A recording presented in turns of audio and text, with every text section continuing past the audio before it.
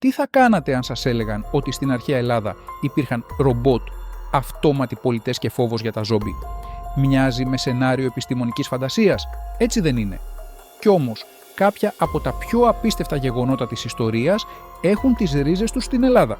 Μείνετε μέχρι το τέλος, γιατί το τελευταίο γεγονός θα σας κάνει να αμφισβητήσετε ό,τι γνωρίζατε μέχρι σήμερα. Οι Ολυμπιακοί Αγώνες ήταν ιεροί. Φανταστείτε έναν κόσμο όπου ό,τι και αν συνέβαινε, όλοι οι πόλεμοι σταματούσαν κάθε 4 χρόνια για ένα συγκεκριμένο γεγονός. Οι Ολυμπιακοί Αγώνες δεν ήταν απλά μια αθλητική εκδήλωση, ήταν μια ιερή στιγμή όπου οι Έλληνες σταματούσαν να πολεμούν ώστε να τιμήσουν τους θεούς. Ακόμα και οι πιο σκληροί στρατηγοί, ακόμα και τα πιο αιμοδιψή βασίλεια, αποδέχονταν αυτή την εκεχηρία και έδιναν στους αθλητές την ευκαιρία να αποδείξουν τη δύναμη και το ταλέντο τους μπροστά στον Δία, το πρώτο ρομπότ στον κόσμο. Αν νομίζετε ότι τα ρομπότ είναι μια σύγχρονη εφεύρεση, ξανασκεφτείτε το. Ο Τάλος, το πρώτο αυτοματοποιημένο ανθρωποειδές της ιστορίας, ήταν ένας γίγαντας φτιαγμένος από μπρούντζο, ο οποίος, σύμφωνα με τον μύθο, προστάτευε την Κρήτη από εισβολής. Ο Ήφαιστος, ο θεός της φωτιάς και της μεταλλουργίας, δημιούργησε τον Τάλο και τον χάρισε στον βασιλιά Μίνωα για να φυλάει την Κρήτη, δίνοντάς του την ικανότητα να περιπολεί το νησί και να εξαπολύει φλεγόμενες πέτρες στους εχθρούς. Κάποιοι πιστεύουν ότι αυτός ο μύθος μπορεί να κρύβει μια χαμένη αρχαία τεχνολογία. Αν νομίζατε ότι αυτό ήταν απίστευτο, περιμένετε μέχρι να ακούσετε το επόμενο. Τα πρώτα μηχανήματα αυτόματης πώλησης. Πόσες φορές έχετε χρησιμοποιήσει έναν αυτόματο πολιτή για να αγοράσετε κάτι? Ξέρατε ότι η πρώτη τέτοια μηχανή δημιουργήθηκε στην αρχαία Ελλάδα.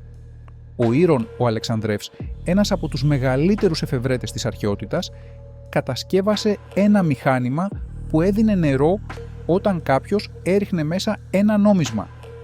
Ο μηχανισμός λειτουργούσε με ένα σύστημα μοχλών και βαρών που άνοιγε μια μικρή βαλβίδα. Ήταν τόσο προχωρημένο για την εποχή του που παρόμοιες ιδέες ξαναεμφανίστηκαν πολλούς αιώνες αργότερα. Η μεγαλύτερη βιβλιοθήκη της αρχαιότητας. Η βιβλιοθήκη της Αλεξάνδρειας δεν ήταν απλώς ένα κτίριο γεμάτο βιβλία. Ήταν το κέντρο της γνώσης όλου του αρχαίου κόσμου. Υπολογίζεται ότι περιείχε εκατοντάδες χιλιάδες πάπυρους με γνώσεις από όλη τη Μεσόγειο, από την ελληνική φιλοσοφία μέχρι αιγυπτιακή αστρολογία και ινδικά μαθηματικά. Αν δεν είχε καταστραφεί, ίσως σήμερα η ανθρωπότητα να είχε προοδεύσει πολύ περισσότερο. Αλλά τι πραγματικά συνέβη στη βιβλιοθήκη?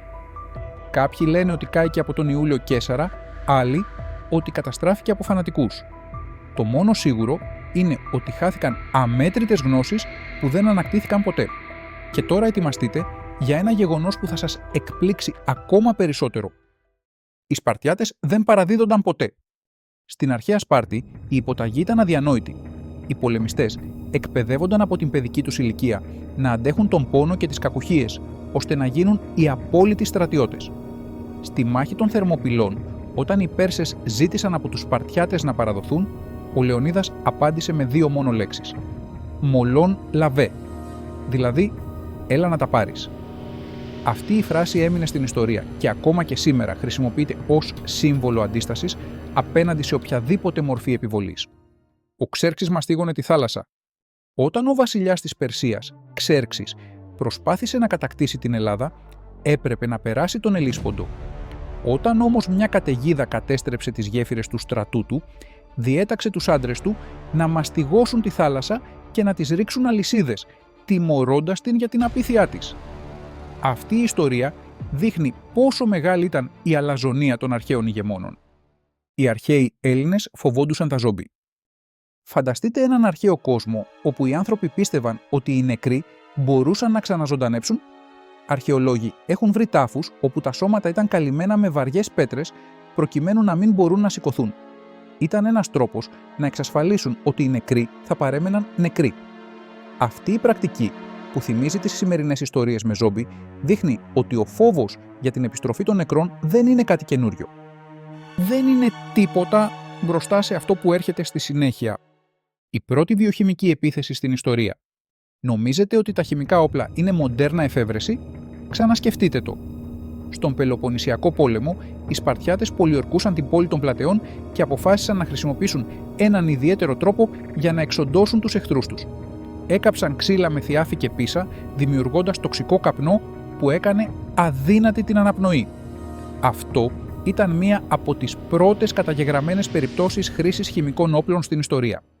Το μυστήριο των κυκλόπιων τείχων. Σε όλη την Ελλάδα υπάρχουν αρχαία τείχη κατασκευασμένα από τεράστιους ογκόλιθους, όπως στις Μυκήνες και την Τύρινθα. Αυτοί οι ογκόλιθοι είναι τόσο βαρύς που ακόμα και με τη σύγχρονη τεχνολογία η μετακίνησή τους θα ήταν εξαιρετικά δύσκολη. Οι αρχαίοι πίστευαν ότι δεν τα έχτισαν άνθρωποι, αλλά οι κύκλοπες, γιγάντια μυθικά πλάσματα με υπερφυσικές δυνάμεις. Ήταν όντως έργο των ανθρώπων ή κρύβουν ένα αρχαίο μυστικό μηχανικής. Ο Πυθαγόρας και η μυστική του αδελφότητα. Ο Πυθαγόρας δεν ήταν απλώς ένας μαθηματικός. Ήταν και ο αρχηγός μιας μυστικής αδελφότητας που είχε αυστηρούς κανόνες. Ένας από αυτούς απαγορευόταν να τρώνε κουκιά. Αλλά γιατί?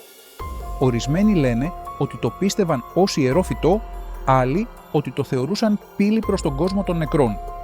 Όποια κι αν είναι η αλήθεια, η μυστική ομάδα του Πυθαγόρα άφησε μια κληρονομιά που ακόμα μελετάτε. Και αν νομίζετε ότι τα μέχρι τώρα γεγονότα είναι εντυπωσιακά, το τελευταίο θα σας αφήσει άφωνους.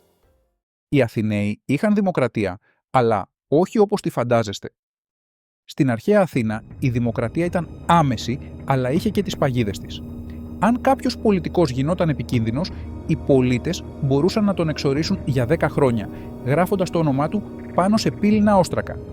Αυτή η πρακτική λεγόταν οστρακισμός και προστάτευε την πόλη από επίδοξους τυράννους. Ο θάνατος του Σωκράτη ήταν επιλογή του. Ο Σωκράτης είχε την ευκαιρία να δραπετεύσει, αλλά αρνήθηκε. Δέχτηκε την καταδίκη του και ήπιε το κόνιο, δείχνοντας ότι η φιλοσοφία του και οι αρχές του ήταν σημαντικότερες από τη ζωή του. Ήταν μια πράξη που άφησε ανεξίτηλο σημάδι στην ιστορία της ανθρωπότητας. Όλα αυτά τα γεγονότα δείχνουν ότι η αρχαία Ελλάδα ήταν γεμάτη μυστήριο, εφευρέσεις και απίστευτες ιστορίες. Και όμως, ακόμα και σήμερα, συνεχίζουμε να ανακαλύπτουμε νέα στοιχεία που αλλάζουν όσα ξέραμε. Σας υποσχέθηκα ότι το τελευταίο γεγονός θα σας έκανε να αμφισβητήσετε ότι ξέρατε. Σκεφτείτε το. Ο Σωκράτης είχε τη δυνατότητα να ζήσει, αλλά διάλεξε τον θάνατο για να υπερασπιστεί τις ιδέες του.